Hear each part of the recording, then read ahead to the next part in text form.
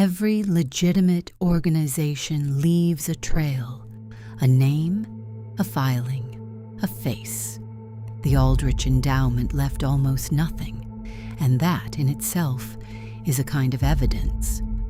Last time, I told you about Eleanor Voss, a woman who withdrew from the world and, in dying, left behind a mystery that nobody was supposed to look at too closely.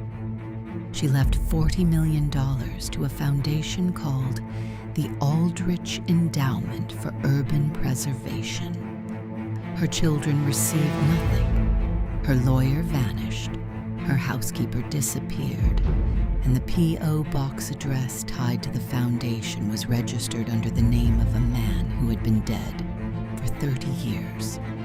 Today I want to focus on the foundation itself. Because here's the thing about organizations, even secretive ones, or deliberately obscured ones. They leave traces. A filing here, a signature there, a name on a document that someone forgot to scrub. The Aldrich Endowment left almost none of those traces, and the few it did leave are stranger than anything I expected to find. This is the Voss inheritance. My name is Cassandra Maddox, and over the next several episodes, I'll be walking you through one of the most quietly unsettling mysteries I've ever come across. A dead woman, a fortune with nowhere to go, and a circle of people who all seem to have made the same decision: to disappear. Before I get into what I found, I want to establish what I should have found. In this country, any non-profit organization receiving assets over a certain threshold is required to file public documentation. Form 990, a charity registration with the state, a registered agent, a real living person whose name and address appear on public record as the organization's legal point of contact. For a foundation receiving $40 million, the paper trail should be substantial. There should be board members. There should be grant recipients, organizations or projects that actually received money in the name of urban preservation. There should be annual reports, even minimal ones. There should be, at minimum, a name attached to the organization that a person could look up. I spent 2 weeks pulling every public record I could access connected to the Aldrich Endowment for Urban Preservation. Here's what I found. One state registration filing dated 1987, 16 years before Eleanor's death. The foundation was established not at the time of her passing. It had existed quietly for over a decade and a half before she left it everything she owned. That registration listed a single officer, not Preston Hale, not Eleanor Voss, a name I had never encountered anywhere in this case before. Victor Aldrich Crane. The name appears once in the foundation's registration listed as President and Registered Agent, with an address in the Garner Street district, the same district where the P.O. box was registered, the same district where the building was demolished in 2004. I ran the name through every public database I could access. Victor Aldrich Crane appears in 2 places. The first is the foundation registration I just described. The second is a property transfer record from 1991, in which a man named Victor A. Crane sold a commercial property on the west side of the city to a holding company called Garner Street Partners. The sale price was listed as $1, a transfer in name only, the kind of transaction used when the actual exchange of value is happening somewhere else, in some other form. That's it.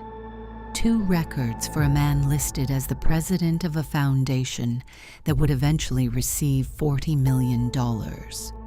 Victor Aldrich Crane has left almost no footprint in any public record before or after those 2 appearances.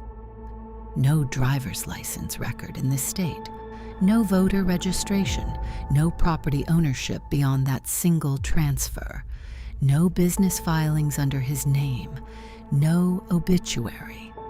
I want to be precise here. I cannot confirm that Victor Aldrich Crane is a real person. I cannot confirm that he isn't. What I can tell you is that the name exists on exactly 2 documents, both tied to the same geographic area, and then vanishes entirely from the public record. The holding company that purchased Victor Crane's property in 1991, Garner Street Partners, is more traceable, but not by much. It was registered in this state in 1989, 2 years before the property purchase.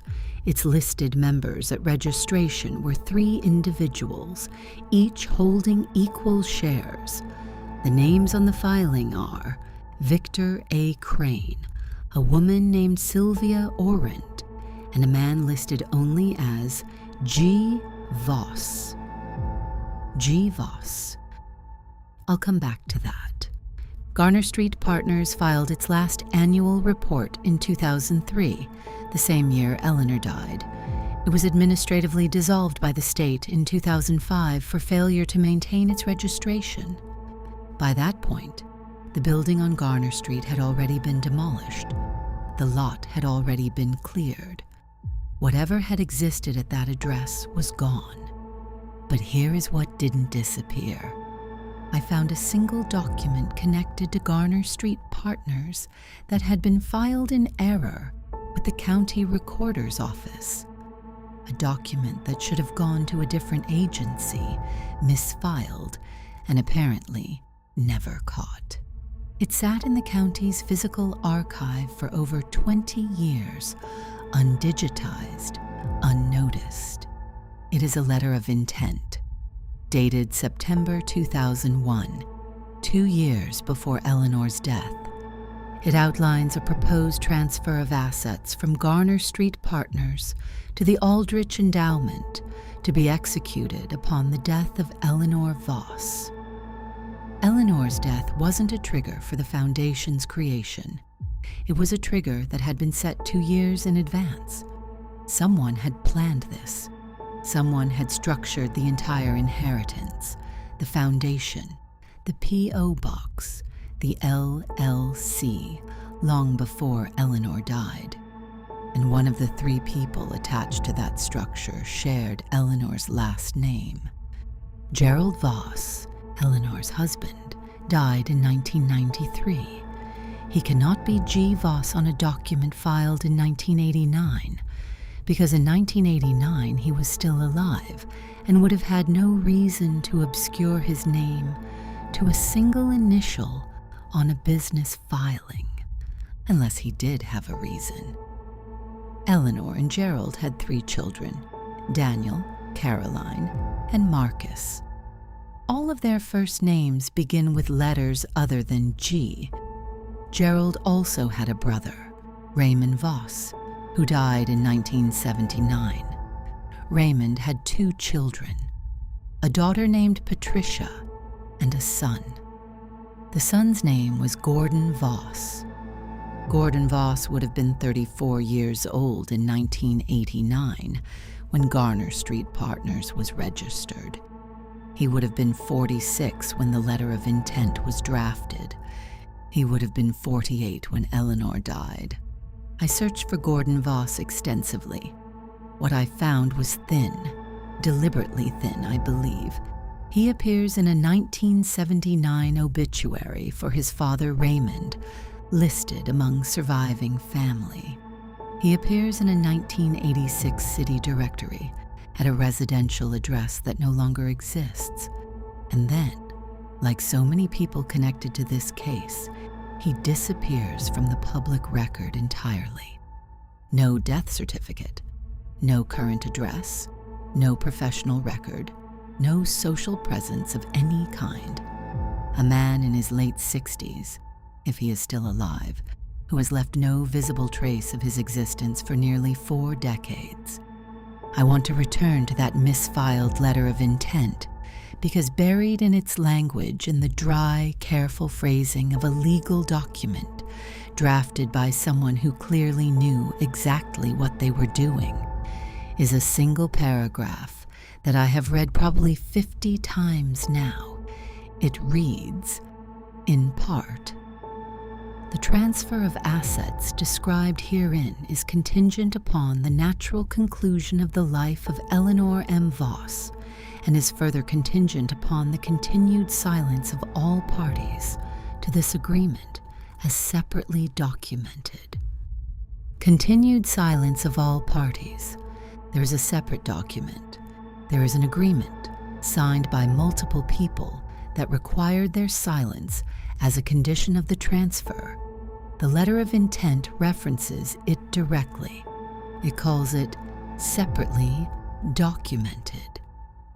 I have not found that document, but I know it exists, and I know that whatever it contains was significant enough to be written down, signed, and used as a legal mechanism to keep people quiet about a $40 million inheritance. The Voss children didn't just drop their case. They were always going to drop it, because somewhere, in some file that has not yet surfaced, their names, or someone connected to them, may be on a piece of paper that made their silence a condition of something larger than a legal dispute.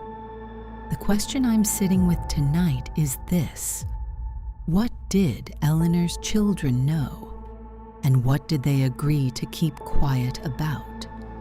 Victor Aldrich Crane, Gordon Voss. A letter of intent drafted 2 years before a woman died, and a separate agreement, referenced but never found, that required silence as its price. Next episode, I'm going to try to find that agreement, and I'm going to tell you about the one person connected to this case who didn't disappear, and who I believe has been waiting for someone to ask the right question. Her name is Sylvia Orant, and she still lives on the west side of this city. This is the Voss inheritance. If you're still here, you're one of the curious ones. Stick around. The next mystery's already waiting.